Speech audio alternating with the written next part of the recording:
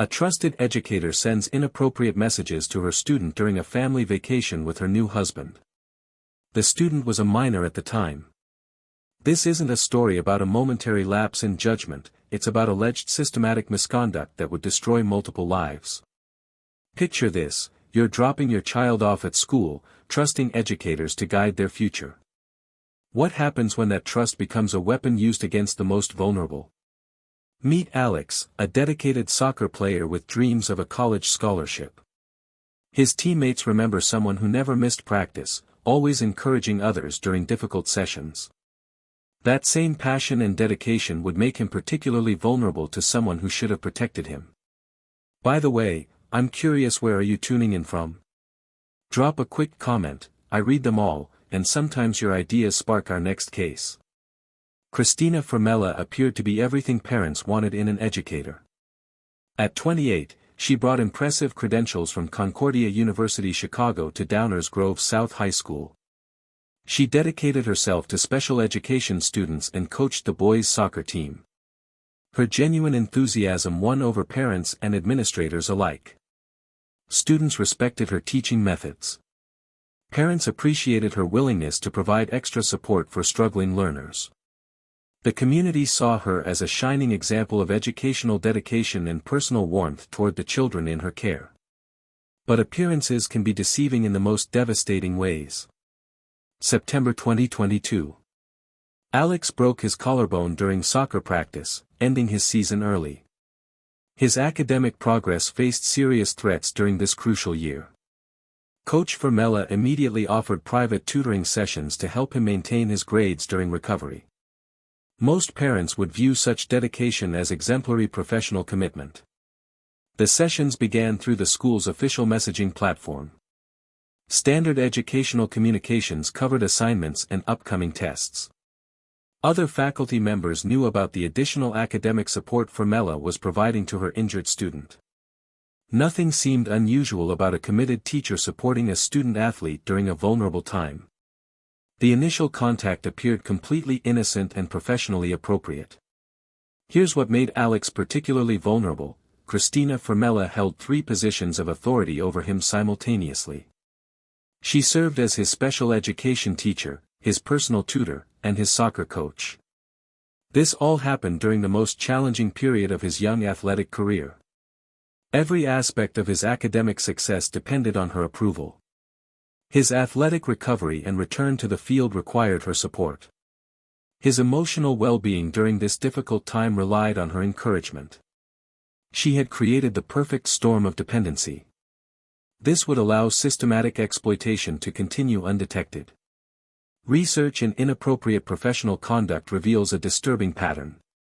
Offenders deliberately target children who depend on them across multiple areas of their lives. When a single adult controls academic success, athletic opportunities, and emotional support, the power imbalance becomes complete. Resistance becomes nearly impossible. January 2023. The educational communications gradually shifted from academic topics to personal conversations. Life, feelings, and relationships became the new focus. Formella provided Alex her personal phone number. She claimed they could play educational games together to make learning more engaging. Professional boundaries don't dissolve overnight. They erode through calculated, gradual steps. Each individual action appears innocent on its own. Yet together they form a carefully constructed pathway to exploitation.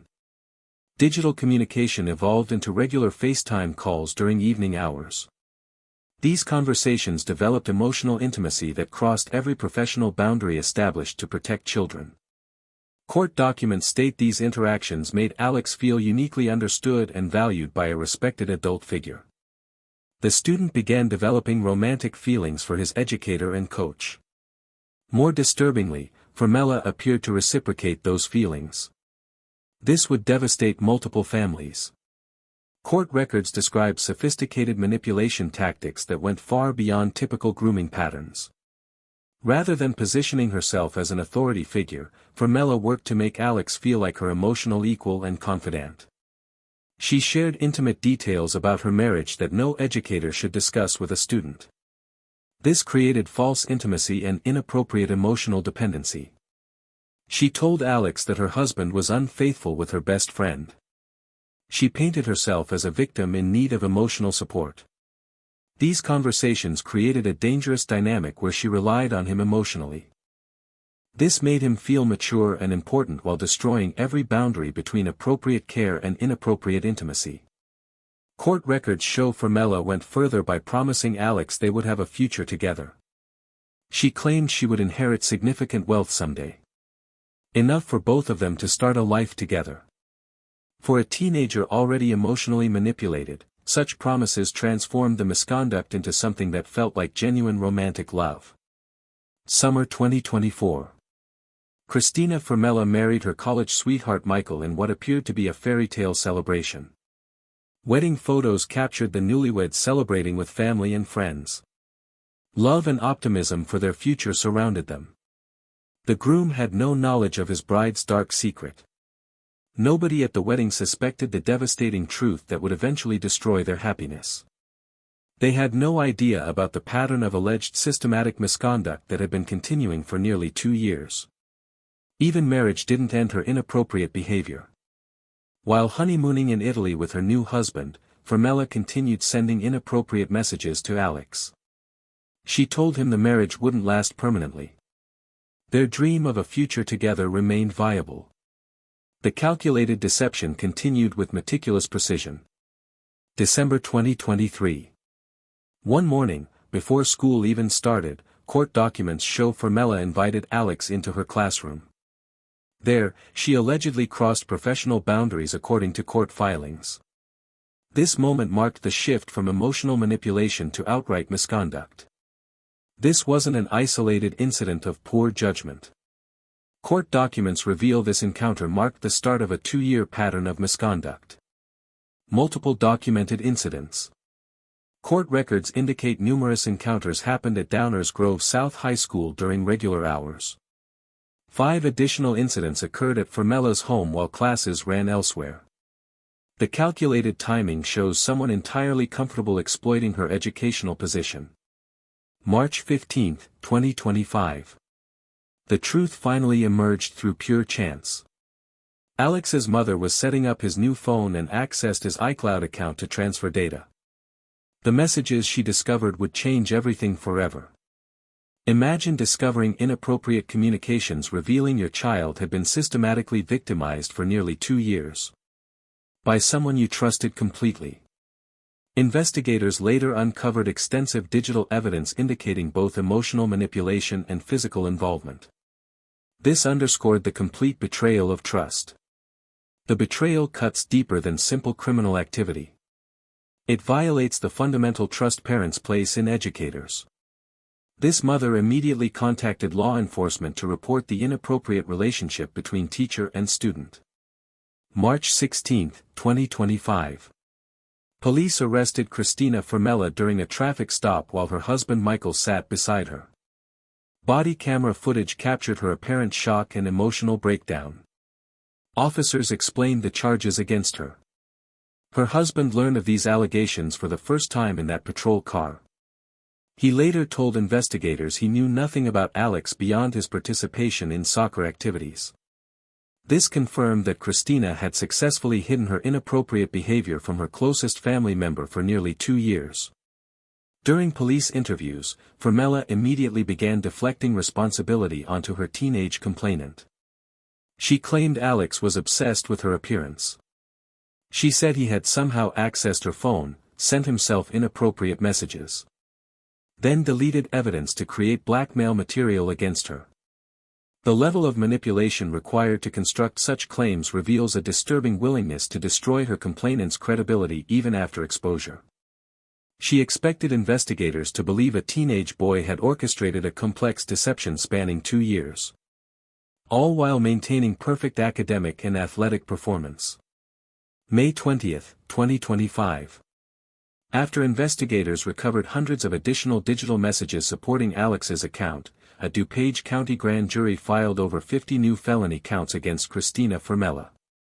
These charges center on misconduct, manipulation, and inappropriate contact. Prosecutors called it a prolonged betrayal of trust within the educator-student relationship. She now faces 55 total charges. If convicted, she could receive up to 60 years in prison. Prosecutor Jacqueline McAndrew characterized Formella as unbelievably conniving and unbelievably controlling during court proceedings. Despite the severity of charges, Judge Mia McPherson allowed pretrial release with electronic monitoring under Illinois law. Court records now show that the full trial will begin on August 15, 2025, DuPage County Courthouse. Alex's mother still can't drive past Downers Grove South High School without her hands shaking. The building where she dropped her son off every morning became the scene of his systematic victimization. She trusted his teachers and coaches completely. She keeps asking herself the same question that haunts every parent in this situation: how did I miss the signs? The complainant's family continues processing this fundamental betrayal while supporting Alex's psychological recovery. The school community must examine institutional safeguards and communication policies. Even Christina Formella's family must confront the possibility that someone they loved was capable of such devastating harm. Alex's decision to end the inappropriate relationship in February 2024 demonstrated remarkable moral courage. Breaking free from such comprehensive manipulation required incredible personal strength. Especially when the accused held control over his academic success, athletic opportunities, and emotional well-being. Alex later told investigators he still wanted to protect Formella even after everything she'd done to him. The manipulation had been so complete that breaking free from that twisted loyalty took every ounce of strength he had. During his first police interview, he actually apologized for getting her in trouble. Today, Alex works with professional counselors to process his experiences. His family pursues justice through the legal system. Their strength in transforming trauma into advocacy reminds us that survivors can find purpose and healing even in the most difficult circumstances. This case serves as a stark reminder that those who exploit children often hide behind respected professions and carefully constructed public personas. They systematically exploit positions of trust while manipulating entire communities into believing their false presentations. For parents monitoring this case, the lesson isn't to distrust all educators. It's to maintain appropriate vigilance even with authority figures we respect. Regular monitoring of digital communications, awareness of grooming warning signs, and open conversations about appropriate boundaries remain our best defenses in protecting children. The truth is devastating: those who violate professional boundaries don't look like monsters, they look like the teachers, coaches, and mentors we trust most. Alex's courage in breaking free from systematic manipulation, and his family's determination to seek justice, stands as proof that even in our darkest betrayals of trust, survivors can reclaim their power and transform trauma into a force for protecting others. This case will echo far beyond one courtroom, challenging every parent and institution to ask the hardest question: not whether we can trust those who care for our children, but whether we're vigilant enough to protect them when that trust is weaponized against the most vulnerable. If you enjoy deep dives into true crime, make sure to subscribe so you don't miss the next story. Until next time, friends!